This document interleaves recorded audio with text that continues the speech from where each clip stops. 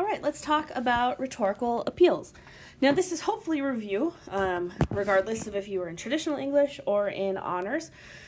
But these three appeals are essentially rhetorical choices that are based around how an author appeals or makes their argument to an audience, okay?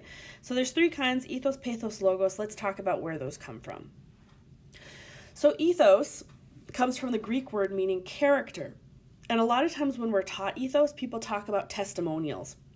So like if a doctor goes on an advertisement and I guess praises a particular drug or suggests the use of a product, that is an endorsement based on their credibility and their character. So they're staking their character on the product. So that's kind of where that fits in with ethos.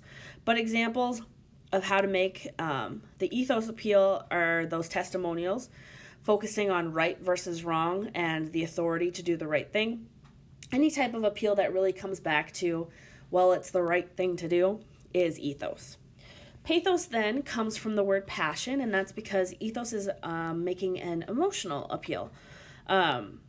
So when we talk about pathos, a lot of the times we just kind of simplify it to appealing to emotion. But pathos is a little bit more complicated than that because it's appealing to a specific kind of emotion. So, I mean, most of the time it's appealing to some sort of guilt, sympathy, things like that.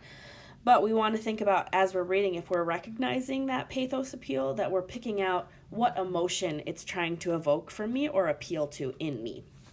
And third is logos, which is the Greek word for reason. And that makes sense because it's appealing to logic or facts and statistics and science. So that's the type of argument that would use proven, non-opinion facts to make their case.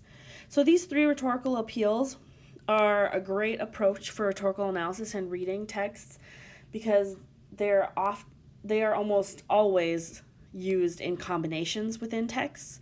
And so if you start looking for them now, it'll be easier to recognize them when we get to rhetorical